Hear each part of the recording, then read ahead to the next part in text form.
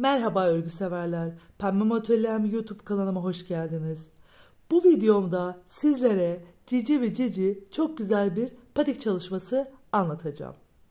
Patik çalışmamı ben iki farklı renkle çalıştım. Sizler isterseniz tek renkle de çalışabilirsiniz. Ayrıca hem kız hem erkek bebekleriniz için de örebileceğiniz çok kolay, yeni başlayanların bile örebileceği çok güzel bir patik çalışması. Sadece düz, ters ve haroşa ilmeklerden oluşmakta. Patiğime taban kısmından başlayacağız ve yukarıya doğru burun kısmını yaptıktan sonra yukarıya doğru ilerleteceğiz. Şu lastik kısmını tamamladıktan sonra bağcık kısımlarımızı da tamamlayacağız.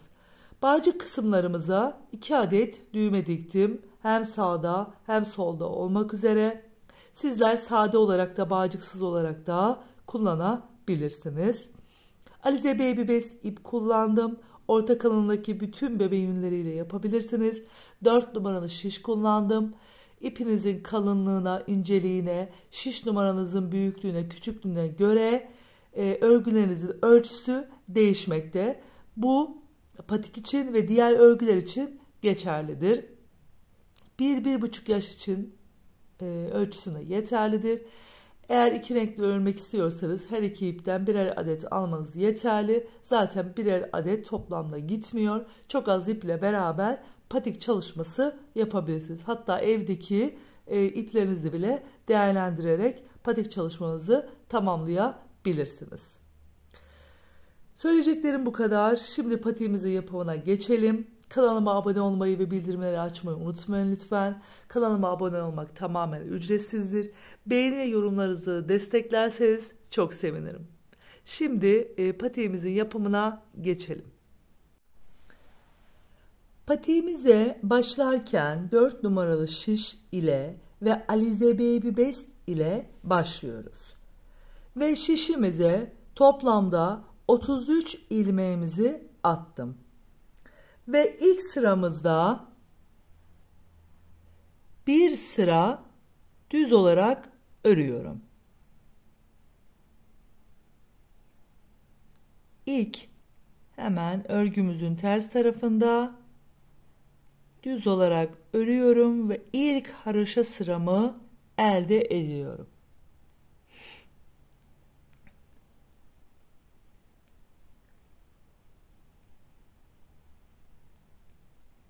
Sıranın sonuna kadar ilmeklerimi tamamlıyorum.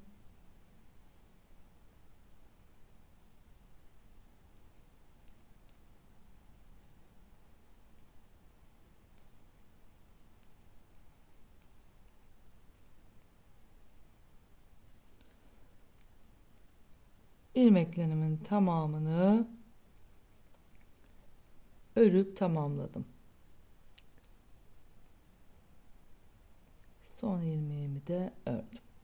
Ve böylelikle ön yüzden baktığımızda ilk diş haroşa sıramızı elde etmiş oluyoruz. Şimdi taban kısmını yaptığımız için arttırma çalışmaları yapacağız. İstediğimiz boyuta gelene kadar. Her sırada 4 ilmek artışımız olacak. Artışlarımızı nasıl yapıyoruz?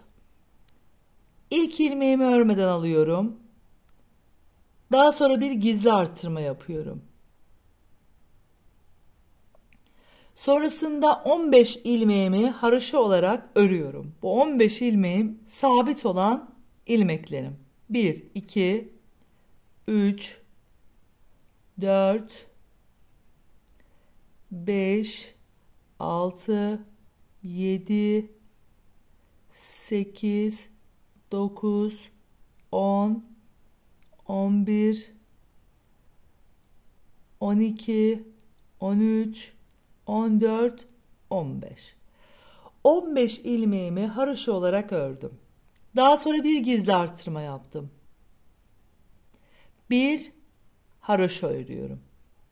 Bir gizli arttırma yapıyorum. Daha sonra 15 ilmeğimi örüyorum.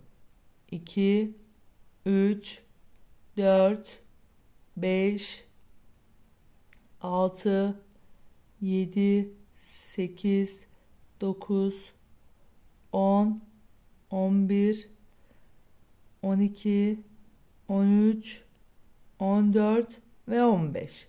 Ve bu tarafta da gördüğünüz gibi bir ilmeğimiz kaldı. Yine bir gizli artırmamı yapıyorum. İpimizi şöyle şu şekilde çeviriyorum. Şişime geçiriyorum. Daha sonra son ilmeğimi de örüp sıramı tamamlıyorum ön yüzde. Örgümün arka tarafına, ters tarafına geliyorum. İlk ilmeğimi örmeden alıyorum. İkinci ilmeğimi gizli artırma olarak öreceğim. Şu ara kısmından ilmeğimi geçiriyorum ve örüyorum. Daha sonra 15 ilmeğimi sabit olan örüp tamamlıyorum. Yine haroşa şeklinde örüyoruz ilmeklerimizi.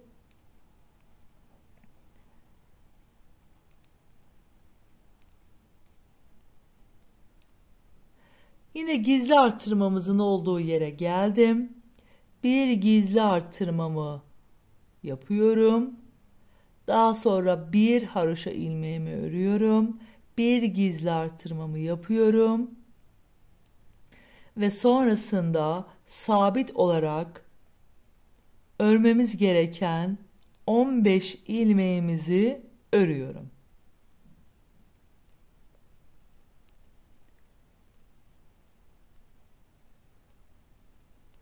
Sıra sonuna kadar 15 ilmeğimi ördüm. Daha sonra gizli arttırma yaptığım yere geldim. Yine ara kısmından şişimizi geçirerek gizli artırmamızı yapıyoruz. Bir ilmeğimizi örüp sıramızı tamamlıyoruz. Ve ilk arttırma sıramızı bu şekilde yapmış olduk. Her ön yüzde arttırmalarımızı yapacağız. Ve ilk sıramızda 4 ilmeğimiz artmış oldu. 2 ortada, 1 kenarlarda birer tane. Şimdi bir ilmeğimizi örmeden alıyoruz. Bir ilmek daha örüyoruz ve 2 ilmeğimizi örmüş oluyoruz. Daha sonra bir gizli artırmamızı yapıyoruz. Ve sabit olan 15 ilmeğimizi örüyoruz. 1, 2, 3, 4, 5, 6, 7, 8, 9, 10, 11, 12, 13, 14 ve 15. Daha sonra bir gizli artırma yapıyorum. Şimdi ortadaki ilmeklerimiz 3 ilmek oldu. Arttırdık. 1, 2, 3. Bir gizli artırma yapıyorum ve 15 ilmeğimi yine sıra sonuna kadar örüyorum.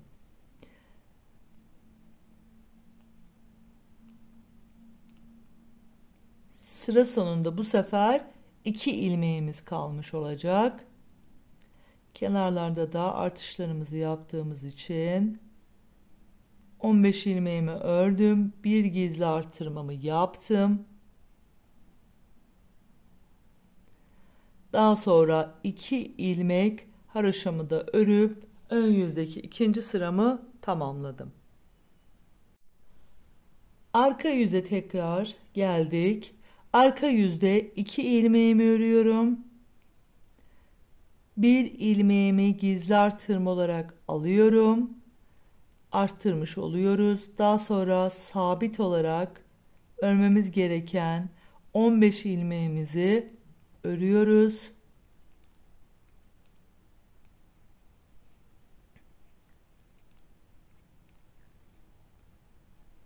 Gizli artırmamı yapıyorum. Ortadaki 1, 2, 3 ilmek haroşamı örüyorum. Daha sonra yine bir gizli artırma, 15 ilmek haroşa,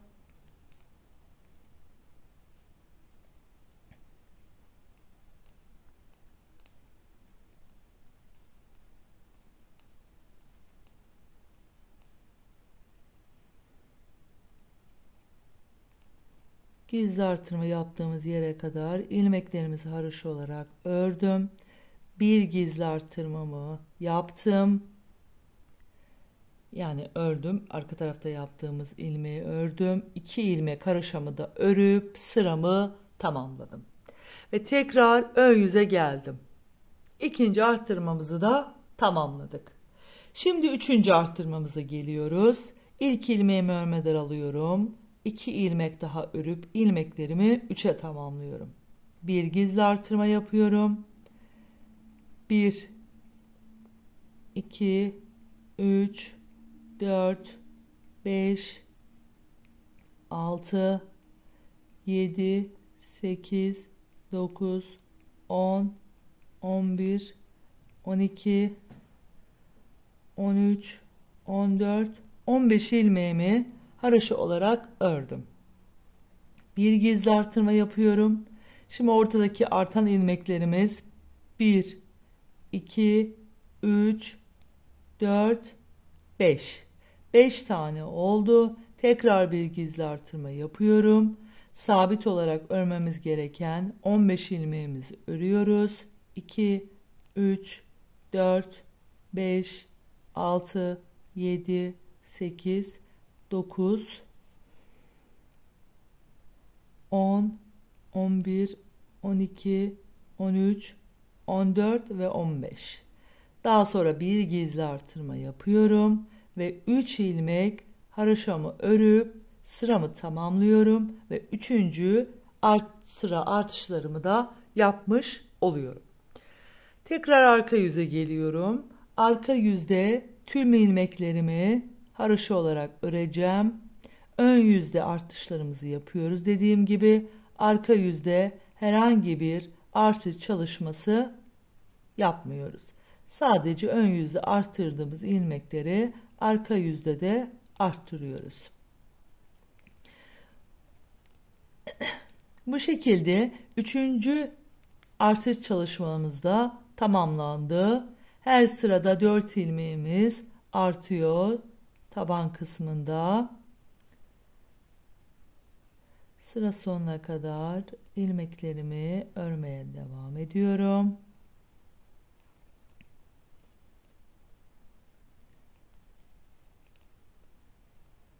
İlmeklerimi gördüğünüz gibi sadece haroşa ilmeklerle örüyorum taban kısmımızı.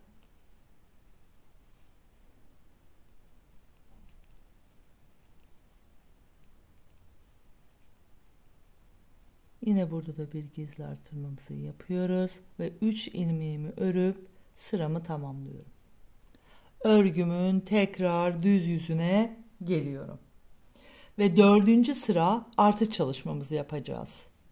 Şimdi kenarda 1 2 3 ve 4 ilmeğimi örüyorum. İlk sırada 1 2 3 diye örmüştük. Şimdi bu sırada 4 ilmeğimizi ördük. Bir gizli artırmamızı yaptık ve 15 ilmeğimizi örüyorum. 1 2 3 4 5 6 7 8 9 10 11 12 13 14 15. 15 sabit ilmeğimi ördüm. Bir gizli artırmamı yaptım. Şimdi ilk sırada nasıldı? 1 ilmek, 3 ilmek, 5 ilmek. Şimdi 7 ilmek örüyoruz. 1 2 3 4 5 6 7. Daha sonra 1 ilmek gizli artırmamızı yapıyoruz. Sonrasında yine tekrardan 15 ilmek sabit olarak örmemiz gereken ilmeklerimizi örüyoruz.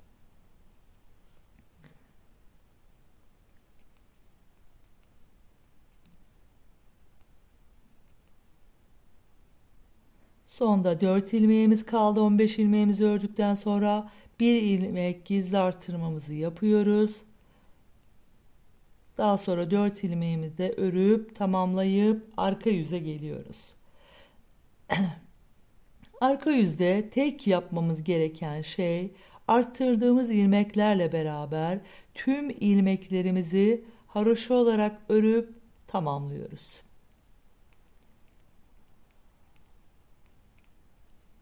Böylece 4. sıra artış çalışmamızı da tamamlamış oluyoruz.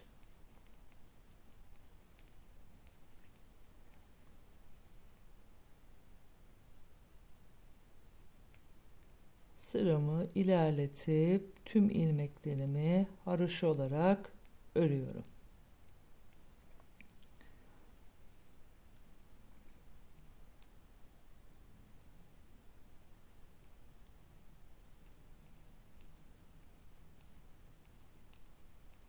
Tüm ilmeklerimizi tamamlıyoruz. Artırdığımız ilmekleri de gizli olarak örüyoruz. Patik taban kısmında herhangi bir ajur çalışması, delik çalışması olmamış oluyor. Daha muntazam bir görüntü sağlamış oluyoruz. Tekrar ön yüze geldim ve son 5. arttırma çalışmamı yapacağız. 5. sırama başlıyorum. 1, 2, 3, 4, 5. 5. artış sıramda da 5 ilmek haroşamı ördüm. Bir gizli arttırmamı yaptım. Daha sonra 15 ilmeğimi örüyorum. 1, 2, 3, 4, 5, 6, 7, 8, 9, 10, 11, 12, 13, 14, 15 sabit ilmeğimi ördüm. Bir gizli artırmamı yaptım. İlk sırada nasıldı? 1, 3, 5, 7 diye ilerlemiştik. Şimdi bu sırada 9 ilmeğimizi öreceğiz. 1, 2, 3, 4, 5, 6, 7, 8 ve 9. Daha sonra bir gizli artırmamı yapıyorum. Ve örmemiz gereken sabit olan 15 ilmeğimi örüyorum. Ve sonda da 5 ilmeğimiz kalıyor. 5 ilmeğimizden önce son gizli artırmamızı da yaparak sıramı tamamlıyorum. Gizli artırmamı yaptım ve 5 ilmek haroşamı örüyorum. Böylelikle artış çalışmalarımızı tamamlamış olduk. Örgümün arka tarafında tüm ilmeklerimi haroşa olarak örüp tamamlayacağım. Gizli arttırma yaptığım ilmekleri de haroşa ilmeklerimize dahil etmiş olacağız. Böylelikle taban kısmındaki artış çalışmalarımızı tamamlamış olacağız. 5 diş haroşa sırası arttırmamızı yaptık. Bir dişte başlangıçta örmüştük. Toplam 6 diş haroşa sıramız olmuş oldu. Ve her sırada 4'er ilmek arttırdık. Toplamda 5 sıra artış yaptık. Ve 20 ilmeğimiz artmış oldu. Başlangıçtaki ilmek sayımız 33'tü. Ve şu an şişimizde toplamda 53 ilmeğimiz bulunmakta.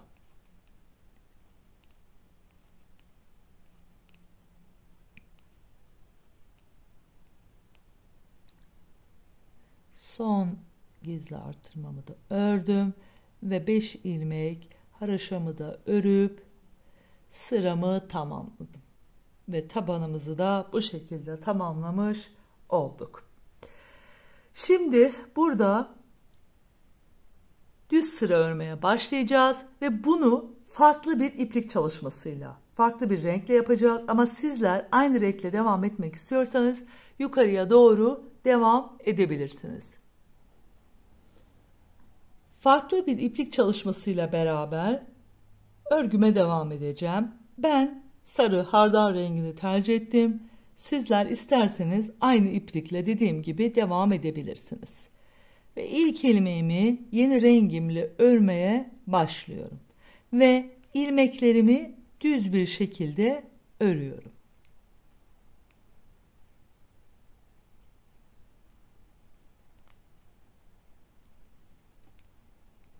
Şişimizde olan 53 ilmeğimizi farklı bir iplikle sıra sonuna kadar düz bir şekilde örüyorum.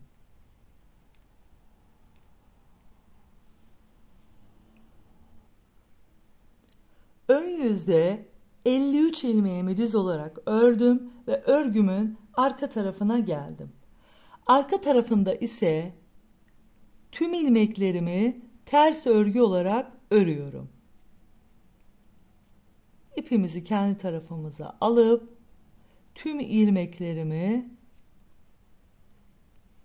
ters örgü olarak sıra sonuna kadar örüyorum. Böylelikle farklı bir iplikle başlangıcı yaptıktan sonra ikinci sıramızı örmüş oluyoruz. Ve bu sıra sayımızı toplamda 6 sıraya tamamlayacağız. Şöyle gördüğünüz gibi ortaya çıkmaya başladı. Arka taraftan ikinci sıramı tamamlıyorum. Tekrar ön yüze gelip düz, arka tarafta ters, ön yüzde düz, arka tarafta ters olmak üzere toplamda 6 sıramı örüyorum. Farklı bir renkle 6 sıramı tamamladım.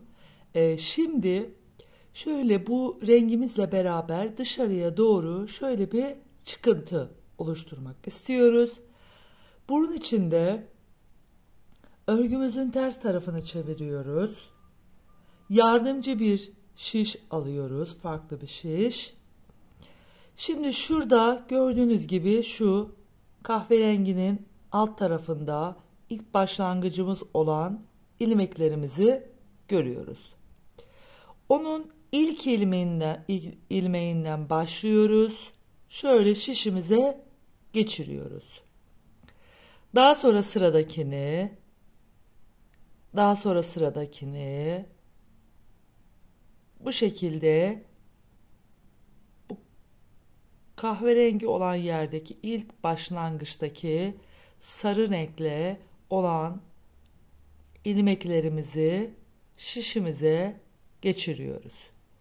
Ve toplamda burada da şişimize geçirmemiz gereken ilmek sayısı 53. Çünkü üst tarafta da örmemiz gereken ilmek sayısı 53. Burada da 53 ilmek olacak şekilde şişimize ilmeklerimizi geçire geçire diğer tarafa kadar geliyoruz. Şöyle bu şekilde. İlmeklerimizi şişimize geçirdik ve örgümüzün düz tarafını çevirdik. Ön tarafta asıl ördüğümüz şişimiz var. Arka tarafta yardımcı şişimiz. Şöyle şu şekilde karşılıklı olarak getiriyoruz. Ve kahverengi ipimizle beraber örmeye başlayacağız. İlk ilmeğimizi ön taraftan alacağız. Arkadaki ilmeğimizi de alıp birlikte öreceğiz. Şöyle birlikte kahverengi ipimizle beraber ördük. Daha sonra sıradaki ilmeklerime aynı işlemi uygulayacağım. Öndeki ilmeği alacağım. Arkadaki ilmekle beraber birlikte alıp öreceğim. Yine öndeki ilmeğimi, arkadaki ilmeğimi alıp öreceğim. Yine öndeki ilmeğimi, arkadaki ilmeğimi alıp öreceğim. Devam ediyoruz. Yine öndeki ilmeğimi ve arkadaki ilmeğimi birlikte alıp örüyoruz. Yine öndeki ilmeğimi, arkadaki ilmeğimi alıp örüyoruz. İki ilmeğimizi karşılıklı olarak birleştirmiş oluyoruz.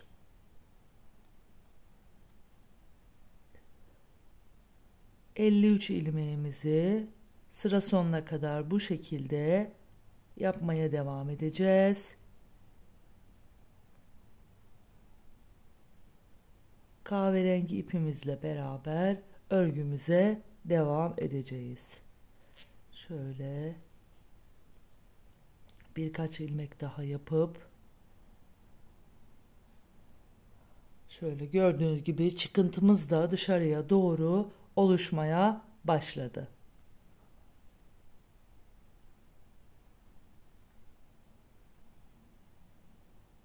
Şöyle ilmeklerimi karşılıklı olarak sıra sonuna kadar örmeye devam ediyoruz. Sıramı tamamladım. Şöyle gördüğünüz gibi sarı rengimizle dışarıya doğru bir çıkıntımız oluştu. Patiğin tabanımızı tamamladık. Bu çıkıntımızı tamamladıktan sonra üst kısma geliyoruz. Ve şimdi bu kısımda örgümüzün arka tarafına çeviriyoruz. Ve ilmeklerimizi haroşa örgü olarak örüyoruz. Ben haroşa örgülerimi düz olarak örüyorum. Sizler ters olarak alıyorsanız ters olarak örmeye devam edebilirsiniz. Düz örgü olarak her iki tarafta ördüğümüzde haroşa örgümüzü elde ediyoruz. Bu şekilde 53 ilmeğimizi 4 diş haroşa olacak şekilde öreceğiz. Daha sonra ön kısımdaki, burun kısımdaki kesim çalışmalarımızı yapmaya başlayacağız.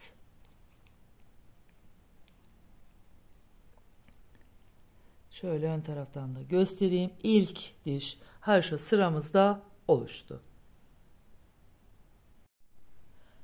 4 diş haroşa sıramı örüp kahverengi ipimizle beraber tamamladım. Bundan sonra patiğimiz bitene kadar ipimize kahve ipimizle beraber devam edeceğiz.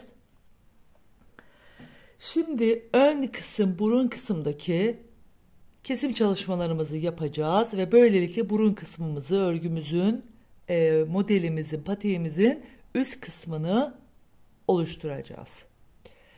İlmeklerimizi haroşa olarak örüyoruz.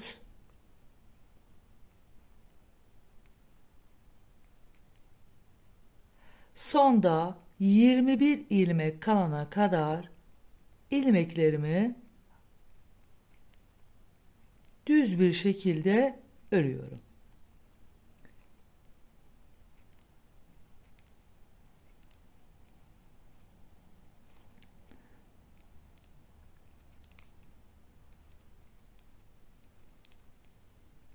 Sonda 21 ilmek kalana kadar ilmeklerimi örüyorum. Şimdi hemen sayalım. 2, 4, 6, 8, 10, 12, 14, 16, 18, 20, 21. 5 ilmek daha öreceğim. 1, 2, 3, 4 ve 5. Şimdi burada burun kısmımız olacak. Ortada, bu ortadaki ilmeklerimi önden düz, arkadan ters olarak öreceğim. Ördüm. Burada 21 ilmeğimi bıraktım ve 2 ilmeğimi, şuradaki 2 ilmeğimi şu şekilde kesiyorum. Örgümün ters tarafını çeviriyorum.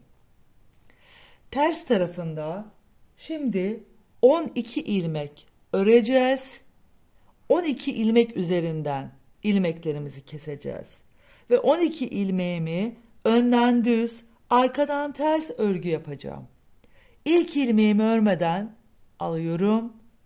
İkinci ilmeğimi de örüyorum ters olarak. 2, 3, 4, 5, 6, 7, 8, 9, 10, 11 ve 12. 12 ilmeğimi ördüm. Daha sonra ortaya 13. ilmeğimizi katacağız. 13. ilmeğimi de bu sefer arkadan ters olarak kesiyorum. 2 ilmeğimi bir alıyorum ve tekrar dönüyorum. Dikkat edin, ilerlemiyorum. Burun kısmını yapmak için sürekli dönüşlü olarak ilmeklerimizi keseceğiz. İlk ilmeğimi örmeden aldım. Tekrar 12 ilmek örüyorum. 2, 3, 4, 5, 6, 7, 8, 9, 10, 11 ve 12. Daha sonra yine 2 ilmeğimi bir kesiyorum ve ortaya katıyorum. Tekrar dönüyorum. Sürekli bu kenardaki ilmeklerimizden ortaya kata kata ilerliyoruz. İlk ilmeğimi örmeden aldım. Tekrar 12 örüyorum. 2, 3, 4, 5, 6, 7, 8, 9, 10, 11 ve 12. Daha sonra 2 ilmeğimi bir örüyorum. 13. ilmeğimi 2 ilmeğimi bir örerek alıyorum. Tersten kestim. Tekrar öne döndüm. İlk ilmeğimi örmeden aldım ve 12 ilmeğimi tekrardan örüyorum. Zaten ortada da şöyle gördüğünüz gibi düz örgümüz oluşmaya başladı. 12 ilmeğimi ördüm. Daha sonra soldan sağa doğru yine düz taraftan kesimimizi yaptık ve ortaya kattık, döndük. Tekrar ters taraftan ilmeklerimi alıyorum. 12 ilmeğimi örüp 13. ilmeğimi 2 ilmeğimi bir örerek orta kısma katıyorum. 12 ilmek ördüm.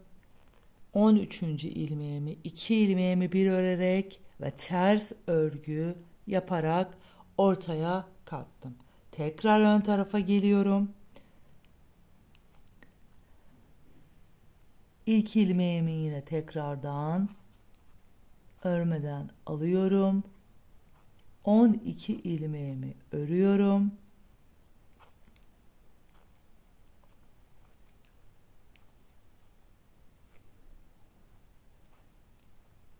Daha sonra 2 ilmeğimi bir örüyorum. 12 ilmek ördükten sonra 13. ilmeği tekrardan ön yüze kattım ve örgümün ters tarafını tekrardan çevirdim.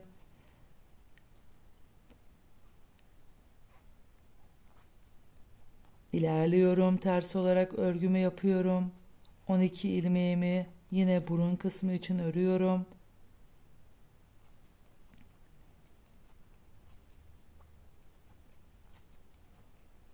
Tekrardan kenardan 2 ilmeğimi bir alıp ortaya katıyorum. Tekrar dönüyorum. Tekrar ön yüze geldim. Ön yüzde yine ilk ilmeğimi örmeden aldım. 12 ilmeğimi örüyorum ve burun kısmına 13. ilmeğimizi kenar ilmeklerimizden ikisini bir örerek katıyorum.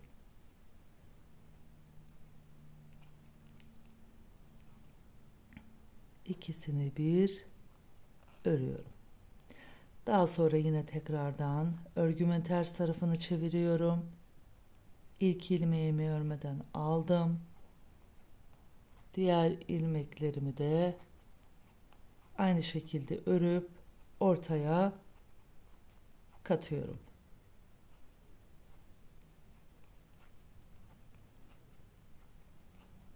Ve ilmeğimi burada alıyorum. 13. ilmeğimi ortaya katıyorum. Gördüğünüz gibi burun kısmımız oluştu. Kesim çalışmalarımıza devam ediyoruz. İlk ilmeğimi yine örmeden alıyorum. 12 ilmeğimi toplamda örüp 13. ilmeğimi kenar kısmından ortaya katıyorum. Bu kenardaki haroşa ilmeklerimiz 13 ilmek kalana kadar bu işlemi devam ettiriyoruz. Şimdi sayacağız birlikte. Şu son ilmeğimi de alayım. Şimdi sayalım. 2, 4, 6, 8, 10, 13. Bu taraf 13 ilmek kaldı. Şuradaki haroşa ilmeklerimiz. Döndük. Diğer tarafında 13 ilmek kalması gerekiyor. O tarafı da keseceğiz. 1, 2, 3, 4, 5, 6, 7, 8, 9, 10, 11, 12. Daha sonra 2 ilmeğimi bir aldım. Şimdi bakıyorum burada da 13 kaldı mı? 2, 4, 6, 8, 10, 13. 13 ilmeğim kaldı. İpimi diğer tarafa aldım. Ve ilerliyorum. Haroşa olarak ilmeklerimi örüyorum. Kenar burun kısmımızı ortadaki burun kısmımızı tamamlamış olduk. Kenardaki haroşa ilmeklerimizi ördük. Ve böylelikle örgümüzün ön yüzüne geldik. Şöyle şu şekilde. Şimdi burun kısmımızı tamamladık. Şöyle gördüğünüz gibi 3 diş haroşa sırası öreceğiz. İlmeklerimizi tamamını haroşa olarak örüyorum. Bu arada kalan ilmek sayımızı da hemen söyleyeceğim sizlere.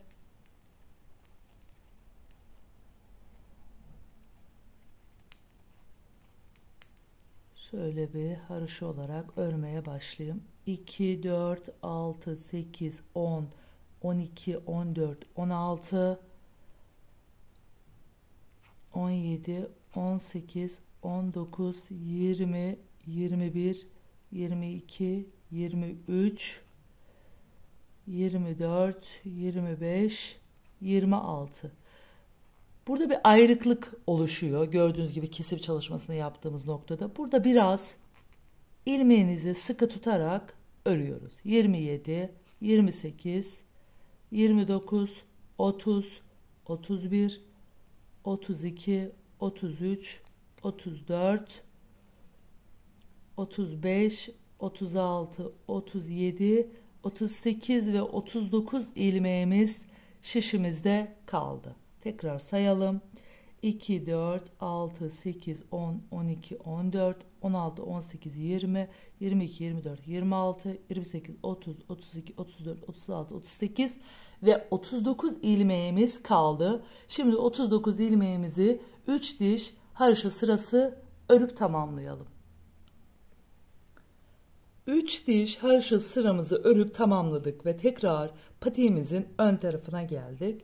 Şimdi ön tarafında başlayacağız boğaz kısmımızı yapmaya.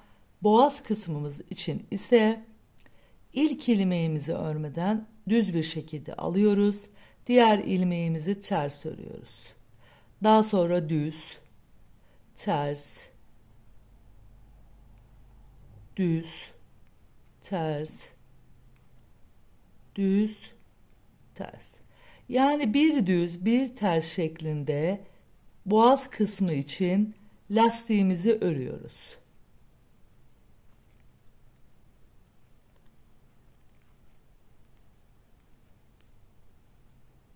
Şöyle yukarıya doğru bir düz bir ters olarak lastiğimizi örüyoruz.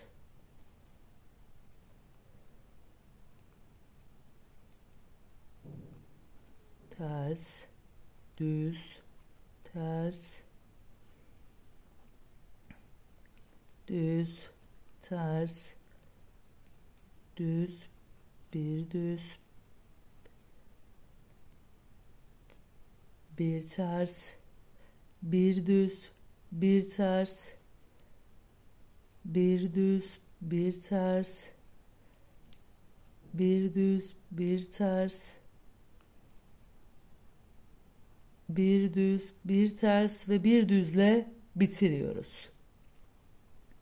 Böylelikle boğaz kısmımızın ilk sıra lastiğini yaptık. Daha sonra örgümüzün arka tarafına geliyoruz. Lastik örgüde gördüğümüz şekilde örüyorduk. Ön taraftan düz ördük, arka tarafta tersimiz oluştu. Ters, düz, ters, düz, bu şekilde sıra sonuna kadar ilerliyoruz. Bir düz, bir ters olarak lastik örgümüzü yukarıya doğru istenilen uzunluğa gelene kadar örüyorum. Şöyle gördüğünüz gibi lastik örgümüz de oluşmaya başladı. Boğaz kısmı için 16 sıra lastiğimi örüp tamamladım ve gördüğünüz gibi görüntüsü bu şekilde. Örgümün arkasını çevirdim. Şimdi bütün ilmeklerimi tek seferde örerek kesim tekniğiyle beraber kapatacağım. İlk ilmeğim alıyorum örmeden ters olarak. İkinci ilmeğimi düz örüyorum ve arkadaki ilmeği öndeki ilmeğin üstünden geçiriyorum. Sıradaki ilmeğimi ters örüyorum. Arkadaki ilmeği öndeki ilmeğin üstünden geçiriyorum. Sıradaki ilmeğimi düz örüyorum. Arkadaki ilmeği öndeki ilmeğin üstünden geçiriyorum. Bir düz bir ters olarak yine örgümüze sıra sonuna kadar devam ettiriyoruz. Bu arada ilmeklerimiz 2 adet olunca arkadaki ilmeği öndeki ilmeğin üstünden atlatarak kesim çalışmamızı yapıyoruz. Gayet böyle esnek bir şekilde keserseniz boğaz kısmımız sıkı olmayacaktır. Çok sıkı olursa bebeklerimizin ayaklarından geçmiyor ve boğaz kısmında da sıkı bir şekilde olduğu için kesebiliyor giyim aşamasında. O yüzden gayet bol bir şekilde kesim çalışmasını yapıp sıra sonuna kadar tüm ilmeklerimizi tamamlıyoruz.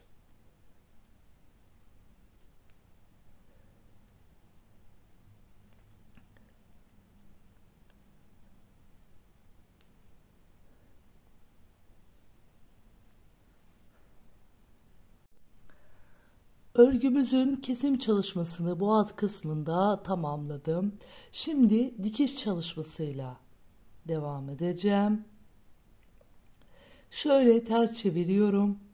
Şimdi burada şöyle kullanacağız patiğimizi. Kullanacağımız için şu yarıya kadar olan bölümü ben tersten, daha sonra düz tarafına çevirip düz taraftan devam edeceğim. Şimdi ilk başta ilk ilmeklerimi karşılıklı olarak şöyle birleştirelim ve bir daha aynı yere iğnemizi geçirerek sabitleyelim. Daha sonra şu kenardaki ilmeklerimizden üstten geçiriyorum. Şöyle alttan üste tekrar çıkartıyorum. Tekrar diğer tarafa yapıyorum. Kenardaki ilmeklerden bir alt taraftan bir üst taraftan olmak üzere alıyorum.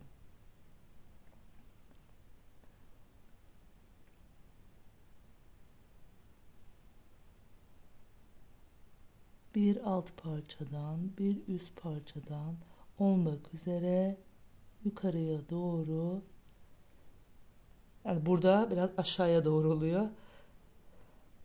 Şöyle sıkılaştırdım. Tekrar karşı tarafa ilerliyorum. Tekrar bu tarafa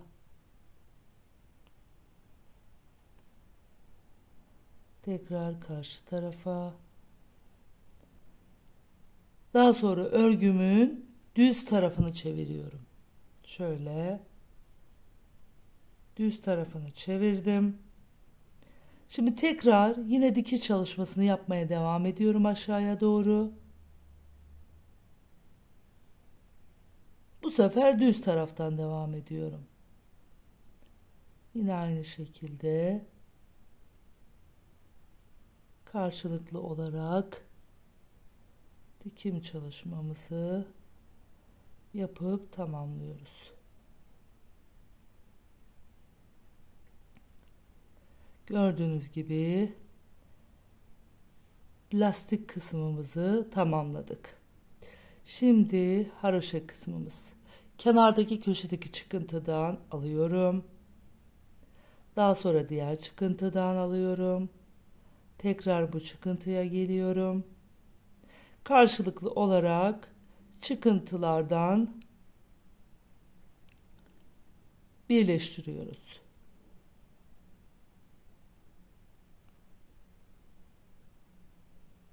Şöyle bu şekilde. Daha sonra yine burayı tamamlıyoruz ve alt kısmı da birleştiriyoruz. Ve bu şekilde patiğimizin dikiş çalışmasını tamamlayacağız. Şu ön kısım içinde bir bant çalışması yapacağız. Şuradaki iplikle ben bant çalışmasını yapacağım. 5 ilmek haroşa öreceğim. 5 ilmeğimi 18 diş haroşa ördükten sonra her iki taraftan dikeceğim ve ucuna da bir adet düğme yerleştireceğim. Bunları yaptıktan ve diğer patiğimi, diğer tekini de ördükten sonra patiğimin son haliyle beraber sizlere göstereceğim. Patiklerimi gördüğünüz gibi dikiş çalışmasından sonra tamamladım. Şöyle göstereyim. Her iki tarafta bu şekilde düğmelerimizi yaptık. Biri sağda, biri solda olmak üzere. Bağcığımızı da örüp şöyle şuradan karşılıklı olarak diktim. Çok güzel bir çalışma oldu. Bebekleriniz için yapabilirsiniz. Ayrıca kızlar için de onlara da uygun olabilecek renkte yapınca kız bebekleriniz için de olabilir. Sağlıcakla ve esenlikle kalın. Bir dahaki videomda görüşmek üzere. Hoşça kalın.